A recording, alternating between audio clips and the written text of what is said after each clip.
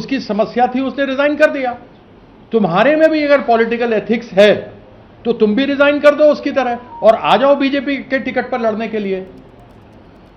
एक स्वतः स्पष्ट है जो कॉन्स्टिट्यूशन का 10वां नंबर उन्होंने बताया है और इसकी रूलिंग भी है कोर्ट में कि एनडीए एक गठजोड़ है, पार्टी नहीं है।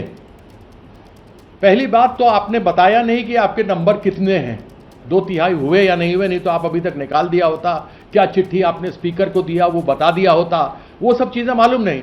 यदि मैं एक मान लूं, आपके झूठ को सच भी मान लूं कि आपके पास 20 है, 21 है, 22 है, तो आपको तो विलय करना पड़ेगा, आपको मर्ज करना पड़ेगा बीजेपी के अंदर।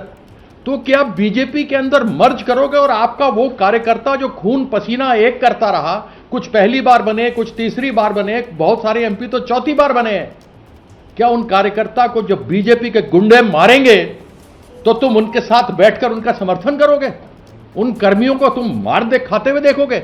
इस प्रकार की गद्दारी, जिस थाली में खाया उसी में छेद। तो कम से कम कुछ शर्म करो। बीजेपी में जाना है तो बोलो, तुम तो वैसे ही भूपेंद्र यादव के यहां थे, शुभेंदु अधिकारी वहां बैठा हुआ था, और तुम किस चीज का इल्जाम लगा रहे हो करप्शन का? अरे जिस आदमी को कैमरा पर देखा गया, नरेंद्र मोदी ने भाषण से बोला, क्या लाए हो, पैसा लाए हो, लाओ लाओ लाओ, कुछ इधर रखा, कुछ इधर रखा, ये नरेंद्र मोदी का है, मेरा नहीं है। उसको तुमने उधार का सिंदूर अपने मांग में बीजेपी और आरएसएस बना करके 5 लाख का ब्राइब लेता हुआ, रिश्वत लेता हुआ देखा गया। उस उधार के सिंदूर को तुमने आरएसएस और बीजेपी ने अपने मांग में सजा लिया। तुमने तो ऐसे उधार का सिंदूर अपनी मांग में उड़ीसा में, बंगाल में भी किया, असम में भी किया। तो तुम किसकी बात करते हो? तुम में जरा भी गैरत है, तुम में जरा भी मोरालिटी है, तुम्हारे में जरा भी प्रॉपराइटी है, तो खड़े होकर के बोलना कि हम तृणमूल के नहीं हैं। और तृणमूल के कार्यकर्ता अगर तुम्हारे क्षेत्र में मार खाएंगे तो ये कल्याण दा है, इनके नेतृत्व में हम वहां जाएंगे, उनके साथ खड़े होंगे, क्योंकि गद्दारी नहीं करते। और जब वक्त ये ऐसा आया हुआ हो, जब हमें हराया गया, हम हारे नहीं बंगाल में, हमें हराया गया, सब कोई मिलकर के हराया, केवल 32 लाख का अंतर था। उस 32 लाख में 27 तो एजुकेशन का था, ऊपर 6-7 लाख लोग को अलग से वोट में डाला गया। इसलिए यह ना समझे बीजेपी, जिस प्रकार से झूठे वादे किए थे कि अगले महीने से 3,000 रुपया देंगे, 12-12 कागज का फॉर्म दिया हुआ है। सो याद रखना, भागने वाले भगौड़ों, गद्दारों, वो डीए भी नहीं मिला उसका, 31 तारीख तक, दिसंबर तक डेट मांग लिया है।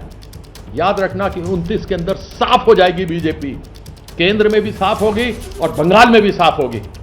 इसलिए आप लोगों के सामने बड़े स्पष्ट रूप से बता दिया कि किस प्रकार से अगर काकोली, डॉक्टर काकोली आज बैठी भी, जिसको दीदी बनाया, वो शर्मिला सरकार जो एक डॉक्टर थी, सरकारी दफ्तर में पहली बार जीत कर आई, तुम्हारे साथ क्या भ्रष्टाचार हुआ?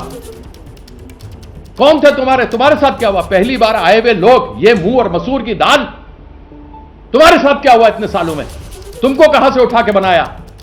और काकोली दासीदार 3 इलेक्शन हार गई थी, 5 इलेक्शन हारी थी, उसके बाद भी दीदी उसको देखकर एमपी बनाया। तुमको सिर्फ एक चीफ विप से हटा दिया क्योंकि तुम पार्लियामेंट में नहीं आती थी, मैं वहां पर रहता था, कल्याण दा था, तो कम से कम विप के माध्यम से मालूम होता था कहां क्या कार्यक्रम होगा। तुम विप बना तो तुम आता ही नहीं था, फोन पर इंस्ट्रक्शन देता था। अरे कुछ तो गैरत रखो, वो चिट्ठी तो सामने लाओ जो स्पीकर को तुमने दिया है। और भूपेंद्र यादव के यहां तुम जाके चाय पी रहे हो और समोसा खा रहे हो, तो यह तो स्पष्ट है कि तुमको बीजेपी में जाना होगा। तुम अलग गुट में खड़ा नहीं हो सकता, क्योंकि यह कानून में, संविधान में लिखा हुआ है।